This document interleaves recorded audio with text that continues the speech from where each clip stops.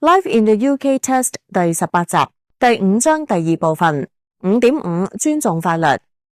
5.6 政府。由於第5章第2部分內容較多，本部分嘅練習題將會移至下一集 Life in the UK Test 第19集進行。5.5 尊重法律 Respecting the law。在英國，所有居民最重要嘅責任之一就是了解並遵守法律。本節將向你介紹英國嘅法律制度，以及一些可能影響你嘅法律。英國以其熱情好客嘅國家形象自豪，但所有居民不論其背景為何，都被期望遵守法律，並理解某些在其他法律體系中可能被允許嘅事物，在英國是不被接受嘅。那些不尊重法律嘅人，不應指望獲准成為英國嘅永久居民。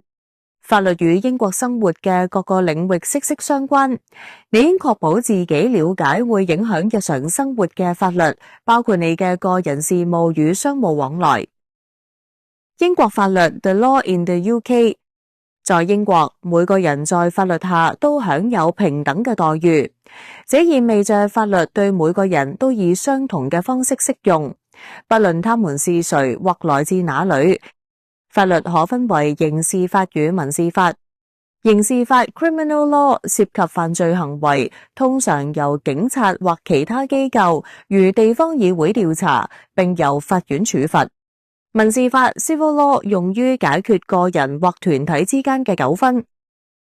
刑事法案例包括： 1. 攜帶武器 Weapon。攜帶任何形式嘅武器皆屬刑事犯罪，即使是為了自衛，這包括槍、枝、刀具或任何製造或改裝用來傷人嘅物品。 2. 毒品 drugs， 在英國販賣或購買海洛因、可卡因、摩柯鹼、迷幻藥、搖頭丸和大麻等毒品均屬違法。 3. 種族犯罪 racial crime，因他人嘅宗教或種族背景而對其造成騷擾、驚嚇或困擾，皆屬刑事犯罪。 4. 販售煙草 selling tobacco， 向18歲以下嘅人販售煙草產品，例如香煙、雪茄、手捲煙，是違法嘅。 5. 在公共場所吸煙 Smoking in public places， 在英國，幾乎所有嘅室內公共場所吸煙都是違法嘅。現場會設有標誌，告知你哪些地方禁止吸煙。 6. 購買酒精 Buying alcohol， 向18歲以下嘅人販賣酒精，或為18歲以下嘅人購買酒精，均屬刑事犯罪。唯一嘅例外是16歲或以上嘅人可以在飯店或餐廳用餐時飲酒。 7. 在公共場合飲酒 Drinking in public， 有些地方設有禁酒區，禁止在公共場合飲酒。警察也可以沒收酒精或要求年輕人離開公共場所，你可能會被罰款或逮捕。這份清單並未包含所有罪行，許多在大多數國家都適用嘅罪行，例如謀殺、盜竊和傷害、毆打也同樣適用。你可以在www.gov.uk 了解更多關於英國犯罪類型嘅資訊。民事法案例包括： 1. 住房法 Housing Law， 包括房東與租客之間關於房屋維修和驅逐、非法趕人等問題嘅糾紛。 2. 消費者權益 Consumer Rights， 例如針對瑕疵商品或服務所產生嘅爭議。 3. 勞工法 Employment Law， 這類案件包括工資糾紛、不當解僱或職場歧視。 4. 債務 debt， 如果欠人錢財，當事人可能會被起訴至法院。警察及其職責 The Police and their duties。 在英國，警察嘅工作職責包括： 1. 保護生命與財產安全； 2. 防止騷亂，也稱為維持治安； 3. 預防與偵查犯罪。警察組織分為許多個獨立嘅警隊，由總警司 Chief Constables 領導，他們獨立於政府之外。2012年11月，英格蘭與威爾斯嘅公眾選出了警務與犯罪專員 Police and Crime Commissioners PCCs，這些是由民選產生嘅個人，負責提供高效且能反映當地社區需求嘅警力。PCCs 負責設定當地警察嘅優先順序與預算，並任命總警司 Chief Constable。警隊是一項為所有人提供幫助與保護嘅公共服務，不論其背景或居住地為何。警官本身也必須遵守法律。他們不得濫用職權，做虛假陳述，表現無禮或辱罵，或進行種族歧視。如果警官腐敗或濫用職權，將會受到嚴厲嘅處罰。警官由警務社區支援官 （Police Community Support Officers，PCSOs） 協助。PCSOs 嘅職責因地區而異，但通常包括街頭巡邏、與公眾合作，以及在犯罪現場和重大活動中支援警官。英國所有人都被期望在可能嘅情況下協助警察預防與偵查犯罪。如果你被逮捕並帶往警局，警官會告知你被捕嘅原因，且你將有權尋求法律諮詢。如果事情出了問題，警察投訴系統會嘗試予以糾正。任何人都可以透過前往警局或致函相關警隊嘅總警司來對警察提出投訴。投訴也可以向獨立機構提出，英格蘭與威爾斯嘅獨立警察投訴委員會、蘇格蘭嘅警察投訴專員或北愛爾蘭嘅警察監察員。恐怖主義與極端主義 Terrorism and Extremism。 英國面臨一系列嘅恐怖主義威脅，其中最嚴重嘅是來自基地組織 Al-Qaeda、其附屬組織以及理念相近嘅組織。英國也面臨其他類型嘅恐怖主義威脅，例如與北愛爾蘭相關嘅恐怖主義。所有恐怖組織都試圖使人們變得激進，並招募成員加入他們嘅事業。他們嘗試嘅方式、地點和程度各有不同。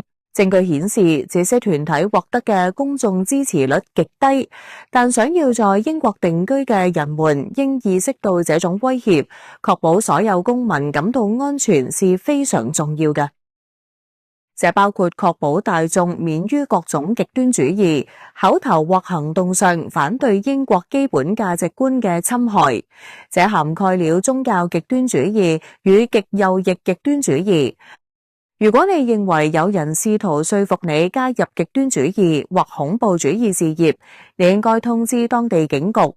請檢查你是否理解以下內容：一、民事法與刑事法嘅區別，以及各自嘅一些案例；二、警察嘅職責；三、英國面臨嘅潛在恐怖主義威脅。5.5.1 法院嘅角色 The role of the courts。司法機構 The Judiciary。 法官統稱為司法機構，負責解釋法律並確保審判公平進行，政府不得干預此過程。有時政府嘅行為被指控為違法，如果法官認同此指控，政府就必須更改其政策，或者要求國會修改法律。如果法官發現公共機構不尊重他人嘅法律權利，他們可以命令該機構改變做法，並且或者支付賠償金。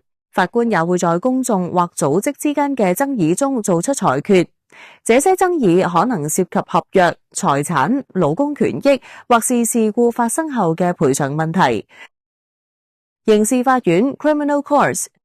英格蘭與威爾斯、蘇格蘭與北愛爾蘭嘅法院系統之間存在一些差異。地方法院與治安法官法院 Magistrates and Justice of the Peace Courts。 在英格蘭、威爾斯和北愛爾蘭，大多數輕微刑事案件由地方法院 Magistrates Court 處理。在蘇格蘭，輕微刑事罪行則交由治安法官法院 Justice of the Peace Court 處理。地方法官 Magistrates 與治安法官 Justices of the Peace JPs 是當地社區嘅成員。在英格蘭、威爾斯和蘇格蘭，他們通常是義務職，且不需要法律專業資格。他們會接受工作培訓，並由法律顧問提供支援。地方法官負責對其審理嘅案件做出裁決。若被告被判定有罪，則由其決定刑期。在北愛爾蘭，案件則由具備法律資格並支取薪酬嘅地區法官 （District Judge） 或副地區法官 （Deputy District Judge） 審理。刑事法院和郡長法院 （Crown Courts and Sheriff Courts）。在英格蘭、威爾斯和北愛爾蘭，嚴重罪行在刑事法院 （Crown Court） 由一名法官和陪審團審理。在蘇格蘭，嚴重案件在郡長法院 （Sheriff Court） 審理，由一名郡長單獨審理，或由一名郡長與陪審團共同審理。蘇格蘭最嚴重嘅案件如謀殺，則在高等法院 （High Court） 由一名法官和陪審團審理。陪審團由當地選民登記冊中隨機抽選嘅公眾成員組成。在英格蘭、威爾斯和北愛爾蘭，陪審團有12名成員；在蘇格蘭，陪審團則有15名成員。每個被傳喚擔任陪審團職務嘅人都必須參加，除非他們不具備資格，例如有犯罪記錄，或能提供正當理由獲得免除，例如健康狀況不佳。陪審團必須聽取審判中提出嘅證據，然後根據其所見所聞，判定被告有罪或無罪。在蘇格蘭，還可能出現第三種判決，即罪名不成立 （not proven）。如果陪審團判定被告有罪，則由法官決定刑罰。青少年法庭 （Youth Courts）。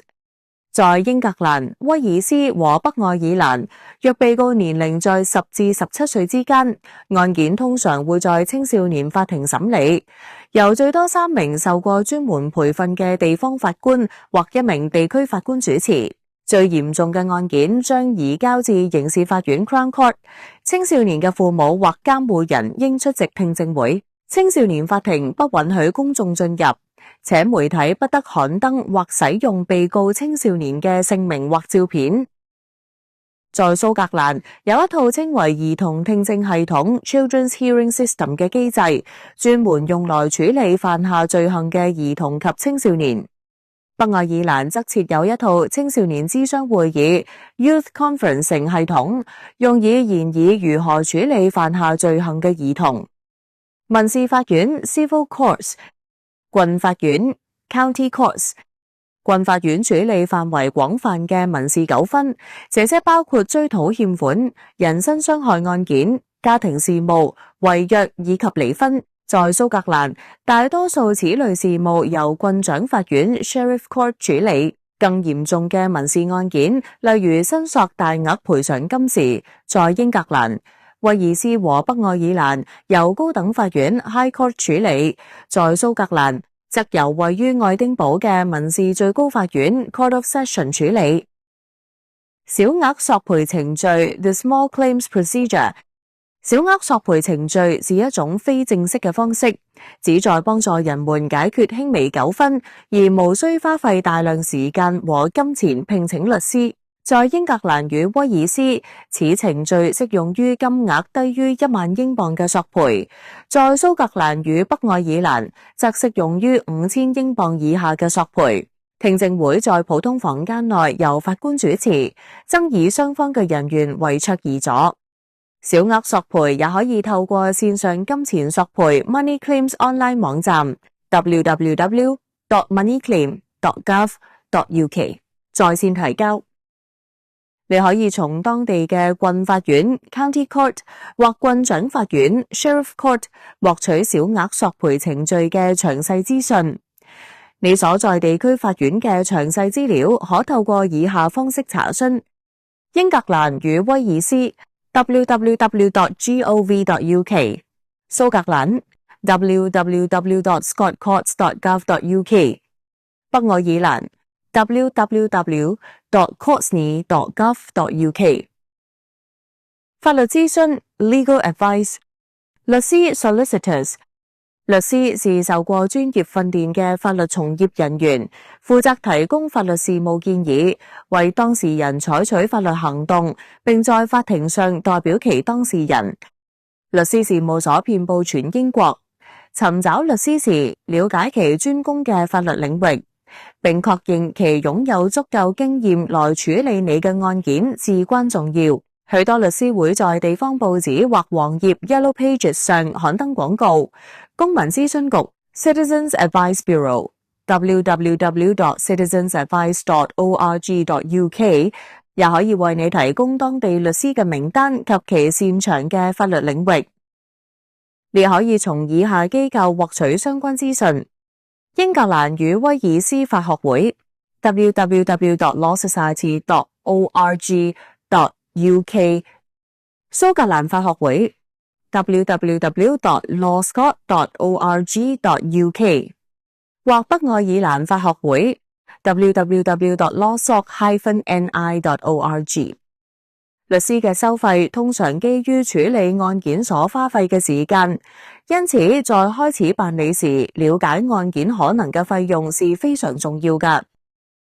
請檢查你是否理解以下內容：一、司法機構嘅角色；二、關於英國不同嘅刑事法院；三、關於英國不同嘅民事法院；四、如何解決小額索賠。5.6 政府 The Government 首相 The Prime Minister 首相 PM 是執政黨嘅領袖，他負責任命內閣成員並掌握許多重要公職嘅任命權。首相嘅官邸位於倫敦市中心嘅唐寧街10號 10 Downing Street， 鄰近國會大廈。此外，首相在倫敦郊外還有一座名為契克斯 Chequers 嘅鄉間別墅。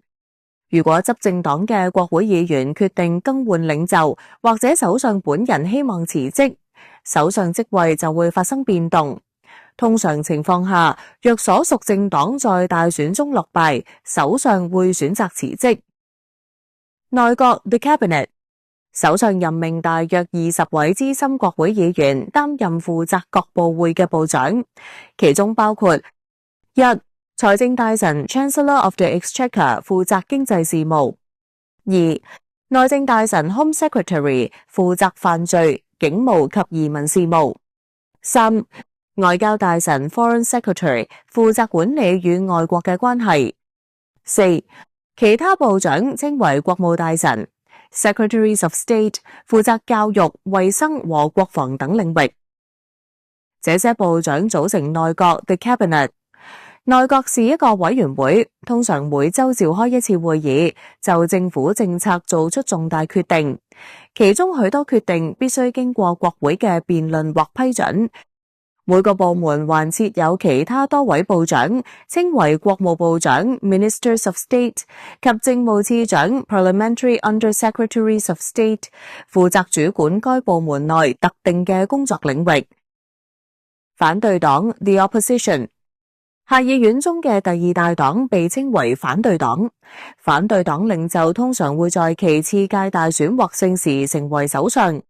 反對黨領袖帶領其政黨指出，他們所認為嘅政府失策與弱點，進行這項工作嘅一個重要機會，是在國會開會期間每周舉行嘅首相問答環節 Prime Minister's Questions。反對黨領袖也會任命資深嘅反對黨國會議員擔任影子部長 Shadow Ministers， 他們組成影子內閣 Shadow Cabinets， 其職責是挑戰政府並提出替代政策。政黨制度 The Party System， 年滿18歲或以上嘅任何人都可以參選國會議員 MP， 但除非獲得主要政黨之一嘅提名，否則不太可能勝選。這些主要政黨包括保守黨 Conservative Party、工黨 Labour Party、自由民主黨 Liberal Democrats， 或是代表蘇格蘭、威爾斯或北愛爾蘭利益嘅政黨之一。少數國會議員不代表任何主要政黨，他們被稱為獨立人士 Independents， 通常代表對其選區而言非常重要嘅特定議題。主要政黨會積極尋求公眾加入他們嘅辯論，分擔成本，並在國會或地方政府選舉中提供協助。他們在大多數選區都設有分部，且每年都會舉行決策會議。壓力團體與遊說團體 Pressure and Lobby Groups 是試圖影響政府政策嘅組織，他們在政治中扮演住重要角色。有些是代表性組織，例如英國工業聯合會 CBI， 代表英國企業嘅觀點。其他組織則針對特定議題發起運動，例如環境保護，例如綠色和平或人權，例如自由權組織 Liberty。文官系統 The Civil Service， 文官或稱公務員，負責協助政府制定與執行政策，同時也提供公共服務。文官對部長負責，他們嘅選拔是以能力為準則，並在政治上保持中立。他們並非政治任命官員，人們可以像申請英國其他工作一樣，透過申請程序加入文官系統。文官應以奉獻嘅精神履行職責，並致力於遵守文官系統嘅核心價值。這些價值包括正直 （integrity）、誠實 （honesty）、客觀 （objectivity） 及公正 （impartiality）， 包括保持政治中立 （politically neutral）。地方政府 （local government）， 英國嘅城鎮、城市及鄉村地區由民主選舉產生嘅議會管理，這些議會通常被稱為地方當局 （local authorities）。部分地區同時設有區議會 （district councils） 與郡議會 （county councils）， 兩者職能各異。大多數大城鎮與城市則僅設有單一嘅地方當局。地方當局在其轄區內提供一系列服務，其資金來源於中央政府撥款以及地方稅收。許多地方當局會委任一名市長 （mayor）， 市長通常是議會嘅禮儀領袖。而在某些城鎮，市長則是由選舉產生，擔任行政部門嘅實質領導者。倫敦擁有33個地方當局，並由大倫敦管理局 Greater London Authority 及倫敦市長負責協調整個首都嘅政策。對於大多數地方當局而言，地方議員嘅選舉於每年5月舉行，許多參選人會以政黨成員嘅身份參加議會選舉。下放權力行政機構 Devolved Administrations。自1997年以來，中央政府已將部分權力下放，讓威爾斯、蘇格蘭及北愛爾蘭嘅人民能對直接影響自身嘅事務擁有更多控制權。自1999年起，威爾斯議會與蘇格蘭議會相繼成立。此外，雖然北愛爾蘭議會曾數次暫停運作，但該機構同樣負責處理當地事務。國防 Defense、外交Foreign Affairs、移民 Foreign、稅收 Taxation 和社會安全 Social Security 等方面嘅政策和法律仍由英國中央政府控制。然而，許多其他公共服務，例如教育，則由地方政府管理。下放權力嘅行政機構各擁有其文官系統。威爾斯政府 The Welsh Government，威爾斯政府與威爾斯議會 National Assembly for Wales 嘅總部均設在威爾斯首府卡地夫 Cardiff。威爾斯議會共有60名議員 AMs， 每4年舉行一次選舉，並採用一種比例代表制。議員可以使用威爾斯語或英語發言。議會所有嘅出版物也都備有這兩種語言嘅版本。威爾斯議會有權針對20個領域制定適用於威爾斯嘅法律，其中包括1.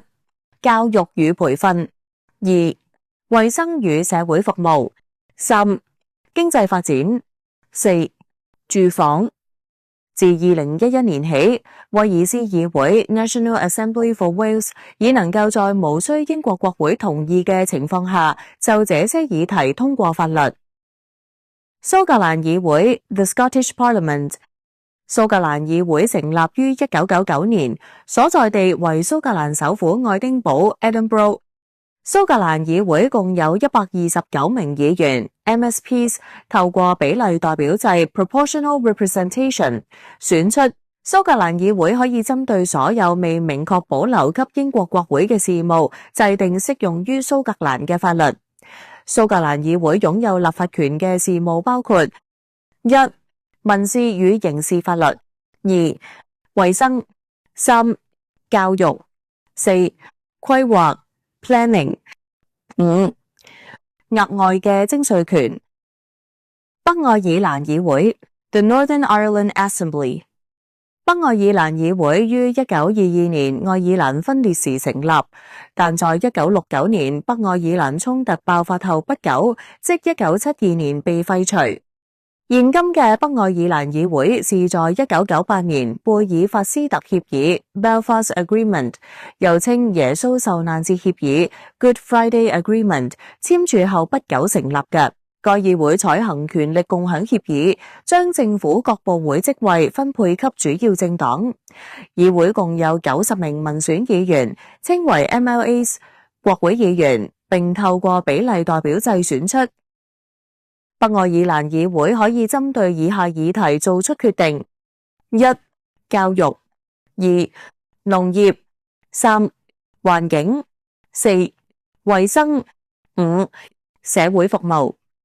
英國政府有權暫停所有下放權力議會嘅運作。當北愛爾蘭嘅地方政治領袖難以合作時，英國政府曾數次行使這項權力。然而，北愛爾蘭議會自2007年以來一直運作順利。媒體與政府 The Media and Government。 國會嘅議事過程會透過電視轉播，並記錄在名為議事錄刊薩嘅官方報告中。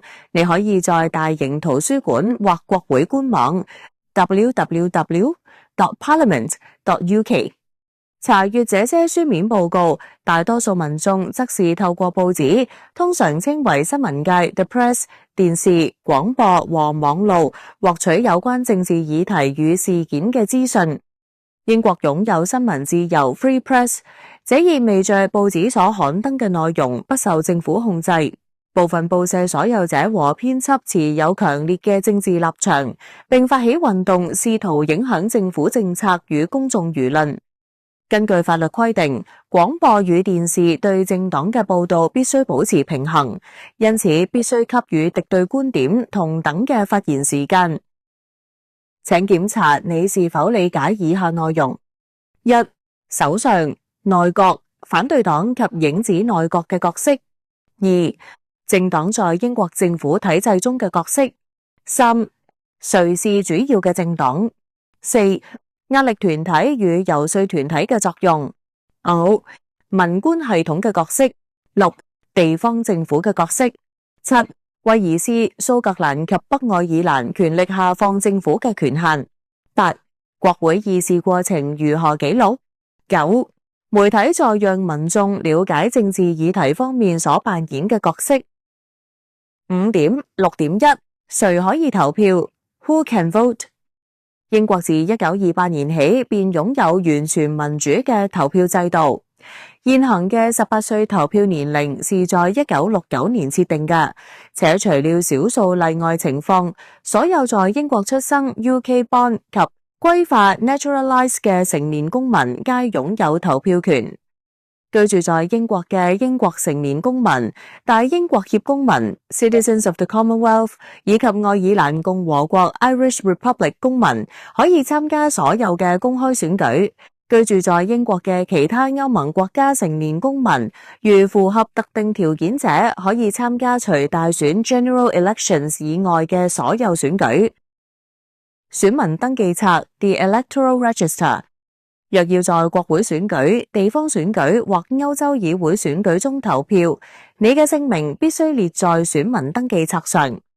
如果你具備投票資格，可以聯繫當地議會嘅選民登記處 Electoral Registration Office 辦理登記。該機構通常設於你當地嘅地方議會，在蘇格蘭則可能設於其他地方。如果你不知道自己屬於哪個地方，當局可以造訪 www.gov.uk 並輸入你嘅郵遞區號進行查詢。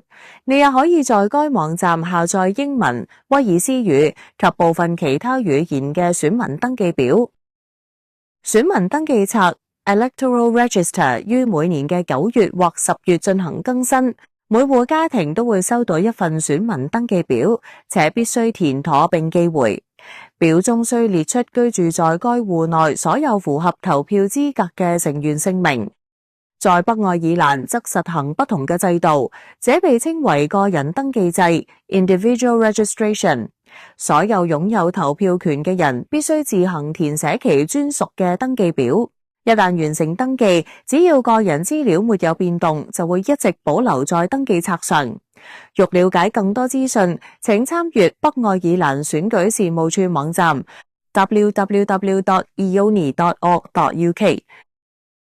根據法律規定，各地方當局必須公開其選民登記冊供任何人查閱，但查閱過程必須受到監督。登記冊存放於各地嘅選民登記處，在英格蘭與威爾斯則存放於議會辦公室。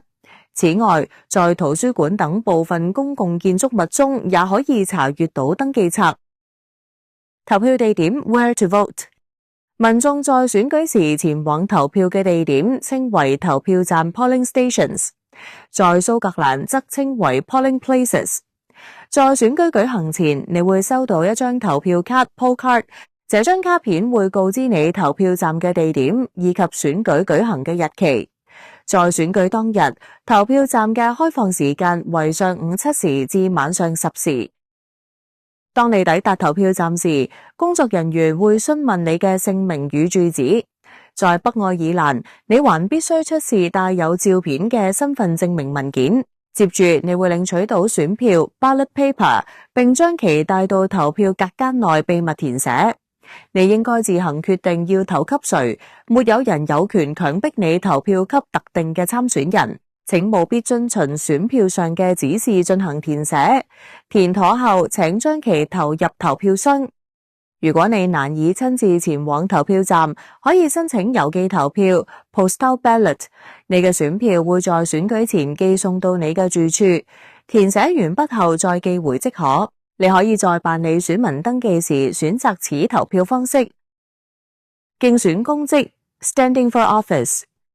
大多數年滿18歲嘅英國、愛爾蘭共和國或大英國協公民皆可競選公職，但仍有些例外情況。以下人員不得參選： 1. 武裝部隊成員 Members of the Armed Forces。 2. 文官、公務員 Civil Servants。 3. 被判定犯有某些刑事罪行嘅人員。上議院議員 Members of the House of Lords 不得參加下議院 House of Commons 選舉，但有資格競選所有其他公職。參訪國會與下放權力嘅行政機構 Visiting Parliament and the Devolved Administrations。 英國國會 The UK Parliament。 公眾可以在下議院和上議院嘅公眾旁聽席聆聽威斯敏斯特宮內嘅辯論。你可以事先寫信給你當地嘅國會議員索取門票，或是當天在公眾入口處排隊。入場是免費嘅，有時下議院嘅排隊人龍很長，人們必須等待至少1到2個小時。進入上議院通常比較容易。你可以在英國國會網站 www.parliament.uk 找到更多資訊。北愛爾蘭議會 Northern Ireland Assembly。 在北愛爾蘭，民選議員被稱為 MLAs， 在位於貝爾法斯特史多蒙特 Stormont 嘅北愛爾蘭議會開會。安排參訪史多蒙特有2種方式，你可以聯繫教育服務部門，詳情請見北愛爾蘭議會網站 www.neassembly.gov.uk， 或是聯繫一位 MLA。蘇格蘭議會 Scottish Parliament。 在蘇格蘭，民選議員稱為 MSPs， 在位於愛丁堡荷里路德 Holyrood 嘅蘇格蘭議會大樓開會。更多資訊請參閱 www.scottish.parliament.uk。 你可以透過訪客服務部門 Visitor Services 獲取資訊、預訂門票或安排導覽。你可以寫信至 Scottish Parliament Edinburgh EH991SP， 撥打電話0131348500，或發送電子郵件至 sp.bookings@scottish.parliament.uk。 威爾斯國民議會 National Assembly for Wales。在威爾斯，民選議員稱為 AM 市，在位於卡地夫灣 Senate 國民議會大樓嘅威爾斯議會開會。更多資訊請參閱 www.wales.gov.uk。Senate 是一棟開放式建築，你可以預約導覽行程，或預訂威爾斯議會公眾旁聽席嘅座位。如需預約，請聯繫議會預約服務處，電話0845-010-5500，或發送電子郵件至 assembly.bookings@wales.gsi.gov.uk。請檢查你是否理解以下內容：一、誰具備投票資格；二、你如何登記投票；三、如何投票；四、誰可以競選公職；五、你如何參訪國會、北愛爾蘭議會、蘇格蘭議會及威爾斯議會。